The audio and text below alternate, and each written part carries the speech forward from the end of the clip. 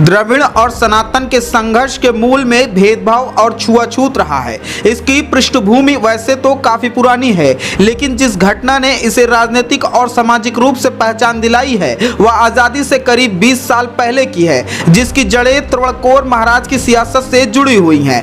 5 दिसंबर 2016 को तमिलनाडु की सीएम जयललिता अपनी अंतिम यात्रा की ओर थी। भारत के दक्षिण राज्य की सबसे सशक्त महिला की अंत्येष्टि पर देश ही रही विदेशों तक की निगाहें इसी ओर थी। अंत्येष्टि की प्रक्रिया शुरू हुई तो गमगीन आंखों में आंसुओं के अलावा प्रश्नवाचक चिन्ह भी तैरने लगे। सवाल था कि हिंदू नाम वाली सीएम को आखिर दफनाया क्यों जा रहा है। दरअसल जयललिता की जब अंत्येष्टि हुई तो उन्हें दफनाया गया और फिर उनकी समाधि बना दी गई।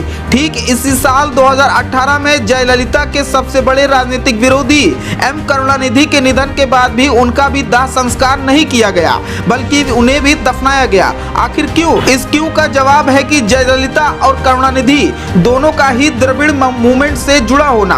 द्रविड़ आंदोलन हिंदू धर्म के किसी ब्राह्मणवादी परंपरा और संस्कृति या रीति रिवाज को नहीं मानता है।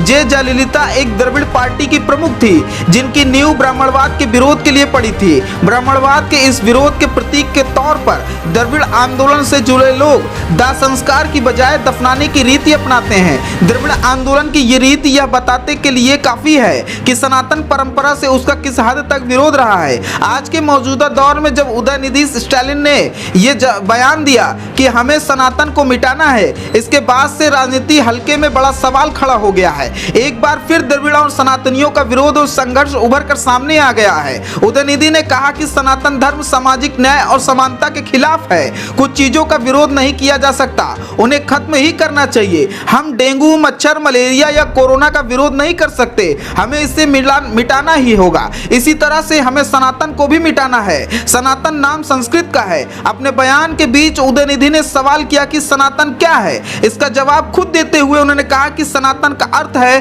कुछ भी बदला नहीं जा सकता चाहिए और सब कुछ अस्थाई है, लेकिन द्रविड़ मॉडल बदलाव की मांग करता है और सभी की समानता की बात करता है। द्रविड़ और सनातन के संघर्ष के मूल में भेदभाव और छुआछूत रहा है। इसकी पृष्ठभूमि वैसे तो काफी पुरानी है, लेकिन जिस घटना ने इसे राजनीतिक और सामाजिक रूप से पहचान दिलाई है वह आजादी से करीब 20 साल पहले की है, जिसकी जड़ें त्रिवणकोर महाराज की सियासत से जुड़ी हुई है। त्रिवणकोर सियासत की पृष्ठभूमि में संघर्ष साल 1924 केरल में त्रिवणकोर के राजा के मंदिर की ओर जाने वाले रास्ते पर दलितों का प्रवेश प्रतिबंधित था। इससे दलितों के आत्मसम्मान को चोट पहुंची और उन्होंने इसका खुलकर विरोध किया। लिहाजा वह स्थानीय लोग जो इस विरोध की लड़ाई लड़ रहे थे, राजा के आदेश से उन्हें गिरफ्तार कर लिया गया और अब आंदोलन के बिनार का नेतृत्व हो गया था। इसी आंदोलन के सीन में व्यापक तौर पर पेरियार की एंट्री होती है, जिन्होंने दलितों के हक की लड़ाई लड़ी, अपने मित्र रहे त्रिवणकोर राज का विरोध किया और महीनों तक जेल भी काटी। आइए जानते हैं ये भी कि कौन थे पेरियार। दरअसल ईवी रामास्वामी यानी पेरियार तमिलनाडु के सामाजिक और राजनीतिक हालातों पर असर रखते हैं और उनका प्रभाव आज भी ऐसा है कि समर्थक तो क्या, विरोधी भी उनका सम्मान करते हैं। कम्युनिस्ट, दलित आंदोलन विचारधारा के लोग, तमिल राष्ट्रभक्त, तर्कवादी और नारीवाद के लोग भी उनका हवाला देते हैं और उन्हें मार्गदर्शक मानते हैं। तर्कवादी, नास्तिक और वंचितों के समर्थक पेरियार इसी कारण राजनीति जिंदगी से कई बार उतार चढ़ाव भी देखे थे। फिलहाल हम त्रिवणकोर की कहानी पर लौटते हैं। त्रिवणकोर महाराज के विरोध में पेरियार ने मद्रास राज्य कांग्रेस अध्यक्ष के पद से इस्तीफा दिया और त्रिवणकोर के आंदोलन में का नेतृत्व किया। त्रिवणकोर पहुंचने पर उनका राजकीय स्वागत हुआ, लेकिन उन्होंने इस स्वागत को अस्वीकार कर राजा का विरोध किया। उन्होंने आंदोलन के बीच ही सामने आया कि चेन्नम्मा देवी शहर में कांग्रेस के अनुदान पर चल रहे सुब्रमण्यम अय्यर के स्कूल में ब्राह्मण और गैर ब्राह्मण छात्रों के साथ खाना परोसते समय अलग अलग व्यवहार किया जाता है। पेरियार ने ब्राह्मण अय्यर से सभी छात्रों के एक समान व्यवहार करने का आग्रह किया, लेकिन ना तो अय्यर ही उनकी बात माने और ना ही कांग्रेस के अनुदान को रोक पाने वाले पेरियार कामयाब हुए। लिहाजा उन्होंने कांग्रेस छोड़ दी और आत्मसम्मान आंदोलन शुरू किया, जिसका उद्देश्य गैर ब्राह्मणों, जिन्हें वे द्रविड़ कहते थे, में आत्मसम्मान पैदा करना था। यहाँ से स्पष्ट हुआ कि द्रविड़ गैर ब्राह्मणों को कहते हैं और इस तरह से संघर्ष ब्राह्मण और गैर ब्राह्मणों के बीच का है। पेरियार का मानना था कि समाज में निहित अंधविश्वास और भेदभाव को वैदिक धर्म में अपनी जड़ें हैं, जो समाज को जाति के आधार पर विभिन्न वर्गों में बांटता है, जिनमें ब्राह्मणों का स्थान सबसे ऊपर है। इसलिए वैदिक धर्म के आदेश पर ब्राह्मण वर्चस्व को तोड़ना चाहते थे।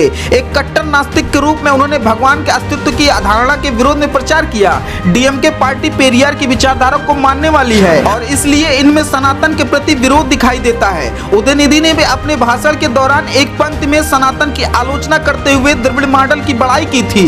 इसके अलावा द्रविड़ और सनातन के बीच का संघर्ष आर्य सिद्धांत वाली थ्योरी से होकर भी गुजरता है। जिस तरह से आर्य भारत के मूल निवासी थे या भारत से बाहर से आए थे, इसको लेकर इतिहासकार एक मत नहीं है। ठीक इसी तरह से द्रविड़ और आर्य या सनातन के बीच संघर्ष को लेकर भी अलग अलग थ्योरी है। द्रविड़ सभ्यता पर शोध कर रहे इतिहासकारों के एक धड़े का मत है कि द्रविड़ भारत का सबसे पुरानी सभ्यता में से एक है। यह सिर्फ दक्षिण ही नहीं बल्कि उत्तर में भी फैली हुई थी। समय के साथ इनमें भी पलायन हुआ, खासतौर पर उत्तरी क्षेत्र के द्रविड़ बलूचिस्तान अफगानिस्तान की ओर गए। इस तर्क का आधार यह है कि अफगानिस्तान में रुके द्रविड़ों से वहां के ब्रहुई समुदाय का जन्म हुआ। इनकी भाषा तमिल तेलुगु से मिलती है। अब इस पूरी मामले पर आपकी क्या राय है, कमेंट करके जरूर बताएं। जानकारी अच्छी लगे तो ज्यादा से ज्यादा वीडियो